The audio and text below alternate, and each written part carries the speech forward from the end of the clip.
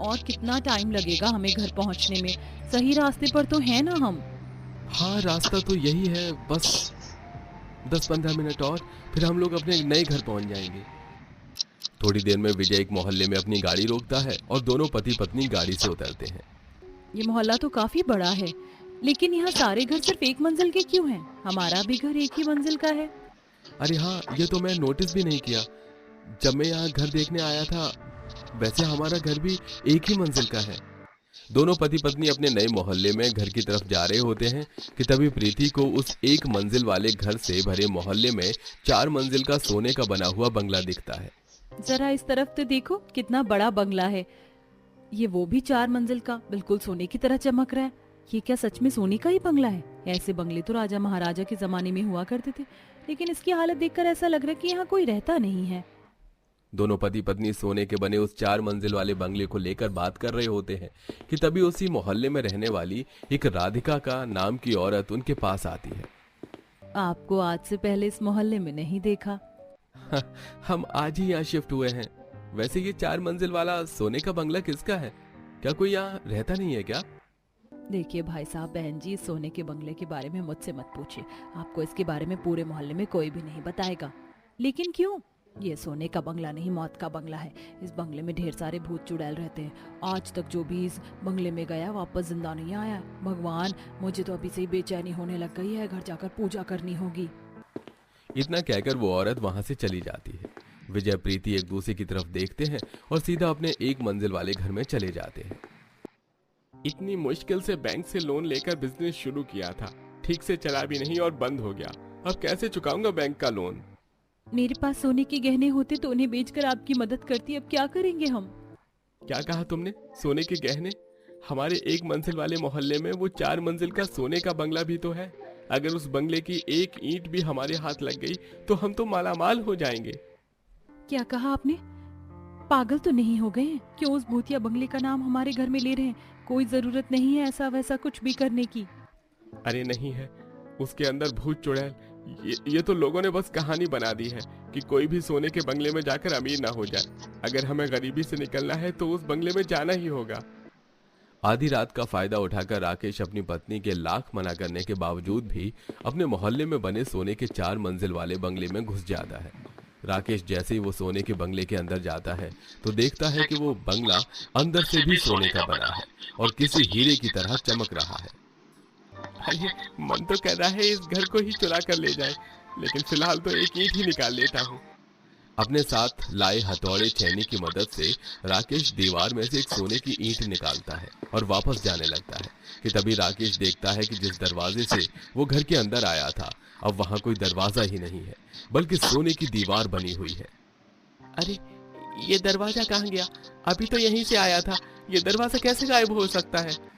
राकेश जिस भी दरवाजे की खिड़की की तरफ जा रहा था वो अपने आप बंद होकर वहां दीवार बन रही थी और अब राकेश सोने के बंगले में बुरी तरह से फंस चुका था। इससे पहले राकेश कुछ करता कि तभी वहां 7 से 8 भूत चुड़ैल राकेश के सामने आते हैं। भूत भूत का मतलब लोग सही सही कहते हैं। इस सोने के बंगले में भूत है। तेरी हिम्मत कैसे हुई हमारे सोने के बंगले में घुसकर इस ईंट को चुराने की? अब देख हम तेरे साथ क्या करते हैं। सभी भूत चुड़ैल मिलकर राकेश के दोनों हाथ पैर और मुंडी उखाड़ देते हैं और उस सोने के बंगले के बाहर फेंक देते हैं। सुबह जब मोहल्ले के लोग देखते हैं तो उनकी रूह कांप जाती है। मैंने कहा था इनसे मत जाओ, लाख समझाया लेकिन इन्होंने मेरी नहीं मानी।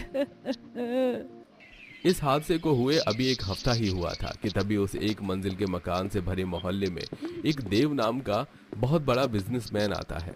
दरअसल देव उस 4 मंजिल वाले सोने के बंगले को खरीदने के लिए आया था। जब वो आस पड़ोस के लोगों से इस बारे में पूछताछ करता है, मुझे ये बंगला खरीदना है।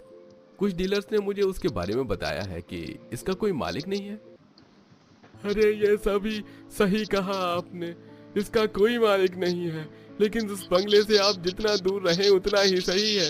ये सोने का बंगला जरूर है, लेकिन इसके अंदर भूत प्रेत का साया है। अगर आप इस बंगले में गए तो वापस कभी लौट कर नहीं आ पाएंगे। ये तो बस कहने की बात है ताकि कोई इस सोने के बंगले पर कब्जा न कर सके। कोई भूत प्रेत नहीं होता, समझे तुम? इतना कहकर देव जैसे ही उस 4 मंजिल वाले सोने के बंगले के अंदर जाता है तो अचानक सारी खिड़की दरवाजे अपने आप बंद हो जाते हैं, लाइट्स जलने बुझने लगती हैं। इससे पहले देव कुछ समझ पाता कि तभी वहां फिर से ढेर सारे भूत और चुड़ैल आ जाते हैं और देव के भी टुकड़े कर देते हैं। आए दिन अपने 1 मंजिल वाले मोहल्ले में उस 4 मंजिल वाले सोने के बंगले की वजह से इस तरह के हादसे होता देख मोहल्ले के सभी लोग काफी ज्यादा परेशान और डरे हुए होते हैं। मैं एक तांत्रिक बाबा को जानता हूँ, उन्होंने आज तक कई चुड़ैल और भूतों को अपने कब्जे में किया है। हम उन्हें सोने के बंगले में ले चलते हैं, वो अपनी शक्तियों से भूत चुड़ैल को कब्जे में कर लेंगे और हम फिर सोने के बंगले को तोड़कर आपस में बांट लेंगे और बहुत अमीर हो जाएंगे। महिपाल, मनोज और कुछ आदमी मिलकर उस तांत्रिक बाबा को सोने के बंगले में लेकर चलते हैं, लेकिन जैसे ही वो लोग सोने के बंगले में कदम रखते हैं तो फिर से वहां ढेर सारे भूत और चुड़ैल आ जाते हैं, जिन्हें देख सभी लोग काफी डर जाते हैं। यहाँ तो सच में भूत चुड़ैल है, तुम लोगों ने मुझे कहाँ लाकर फंसा दिया? अरे तुम तो तांत्रिक हो ना, तुम भला इन भूत चुड़ैलों से कैसे डर सकते हो? फिर वो सभी भूत चुड़ैल मिलकर उन सभी लोगों समेत तांत्रिक को भी मारकर उनके टुकड़ों को घर के बाहर फेंक देते हैं। प्रीति और विजय कुछ दिनों से किसी काम के सिलसिले में बाहर गए हुए थे। जैसे आज वो घर लौट कर आते हैं तो मोहल्ले में उस सोने के बंगले के बाहर लगी भीड़ को देखकर उसके पास जाते हैं, जहां उन्हें अब सारी बात पता चलती है। दरअसल प्रीति और विजय एक पैरानॉर्मल इन्वेस्टिगेटर होते हैं। ये सब देख दोनों जल्दी से अपने घर आते हैं। प्रीति, हमें कुछ ना कुछ तो करना पड़ेगा, वरना एक दिन तो इस मोहल्ले की सभी लोग मारे जाएंगे। लेकिन विजय, हमें इस काम को छोड़े हुए 4 साल हो चुके हैं। जानता हूँ प्रीति, लेकिन अगर हमने ये नहीं किया तो क्या फायदा हमारे इस प्रोफेशन का। दोनों पति पत्नी जैसे ही रात के 11 बजते हैं तो सोने के 4 मंजिल वाले बंगले में जाते हैं, जहां उन सबकी मुलाकात उन सभी भूत चुड़ैलों से होती है। इतने लोगों को देखकर भी तुम लोगों के दिल का लालच खत्म नहीं हुआ। तुम भी हमारे सोने के बंगले पर कब्जा करने आए हो ना? तुम गलत समझ रहे हो, हम यहाँ कब्जा करने नहीं बल्कि तुम्हारी मदद करने आए हैं। हम पैरानॉर्मल इन्वेस्टिगेटर हैं। कौन हो तुम लोग और क्यों इन मासूम की जान ले रहे हो? ये और मासूम? अगर ये मासूम है तो फिर हम कौन थे? जैसा हमारे साथ हुआ वैसे हम उनके साथ भी कर रहे हैं। आज से तकरीबन 50 साल पहले ये पूरा मोहल्ला एक गांव था। इसी गांव में मनीष अपनी पत्नी, माता पिता, भाई बहन और एक बेटे के साथ एक छोटे से तिरपाल में रहता था। दरअसल मनीष एक नीची जाति का आदमी था, इसलिए उसे गांव में घर बनाने की इजाजत नहीं थी। गर्मी में तिरपाल में रहकर पूरे परिवार की हालत काफी ज्यादा खराब हो गई थी। भैया, अब इस गर्मी में इस तरह और नहीं रहा जाता। काश हम भी अपना घर बनवा पाते। हमारे देश भी आजाद हो गया, लेकिन आज तक लोगों के मन से नीची जाति के लोगों के लिए अपनी सोच नहीं बदली। परेशान मत हो, मैंने सोच लिया है कि हम लोग जंगल में घर बना कर रहेंगे। वहाँ कोई भी गांव का आदमी नहीं जाता है। मनीष अब जंगल में घर बनाने के लिए सबसे पहले जमीन में खुदाई करता है कि तभी उसे खुदाई के दौरान एक बड़ा सा बक्सा मिलता है। मनीष जैसे ही उस बक्से को खोलता है तो पूरा बक्सा सोने के सिक्कों और गहनों से भरा हुआ था। अरे, इतना सारा सोना किसी राजा महाराजा का लगता है। ऊपर वाले ने हम गरीब मजबूर लोगों के लिए अपनी कृपा बरसा ही दी। मनीष जंगल से निकलकर गांव के थोड़े पास ही एक 4 मंजिला का बड़ा सा बंगला बनवाता है और उसे अंदर बाहर से उन सभी सोने से जलवा देता है।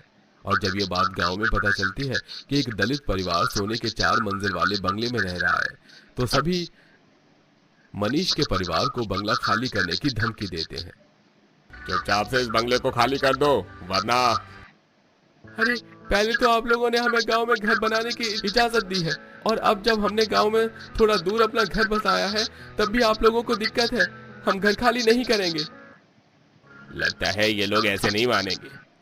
सोने के बंगले के लालच में आकर सभी गांव वाले मिलकर मनीष के पूरे परिवार को इस सोने के बंगले में जलाकर मार देते हैं। इससे पहले वो गांव वाले सोने के बंगले पर अपना कब्जा करते पूरा परिवार भूत चुड़ैल बनकर उन सभी को मार देता है। और उस दिन के बाद से जब भी उस सोने के बंगले के घर के अंदर कोई भी लालच लेकर कदम रखता तो उसका ही पूरा परिवार मार देता। साथ ही कोई भी उस जगह 1 मंजिल से ज्यादा घर नहीं बना पाता। क्या कसूर था हमारा? पहले तो हमारे दलित होने की वजह से किसी गांव वाले ने हमें अपनाया नहीं, जानवर की तरह दुत्कारते रहे। और जब हमने अपना घर बनाया तो उसे भी हमसे छीन लिया, सोने के लालच में आकर। तुम्हारे परिवार के साथ जो भी कुछ हुआ वो बहुत गलत है, लेकिन इसका मतलब ये नहीं कि तुम और बेकसूर लोगों की जान लो। हम किसी के दिल से लालच कभी खत्म नहीं कर सकते, लेकिन हम तुमसे एक वादा जरूर करते हैं। तुम्हारे इस 4 मंजिला सोने के बंगले में सिर्फ तुम जैसे ही दलित, गरीब और सच्चे दिल के लोग रहेंगे। किसी की भी बुरी नजर तुम्हारे इस बंगले पर नहीं पड़ेगी, हमारा ये वादा है तुमसे। बस बदले में तुम्हें इस जगह को छोड़कर जाना होगा, क्योंकि तुम इस लोक के नहीं हो। अब तुम्हारा लोक ये नहीं, कोई और है। तुम सभी को अब मुक्ति की जरूरत है। ठीक है, हम यहाँ से चले तो जाएंगे, लेकिन एक बात याद रहे, जब जब इस घर में कोई भी लालच भरे मन से अपना कदम रखेगा तो हम जरूर वापस आएंगे। प्रीति और विजय के किए हुए वादे की वजह से मनीष का पूरा परिवार वहां से चला जाता है, जिसके बाद प्रीति और विजय मिलकर गरीब और दलित परिवार के लोगों को ढूंढकर उस घर में रखते हैं। और आज भी जब कोई भी उस सोने के बंगले में लालच के मन से कदम रखता है तो फिर से वो भूतिया परिवार आता है और उसे मार देता है।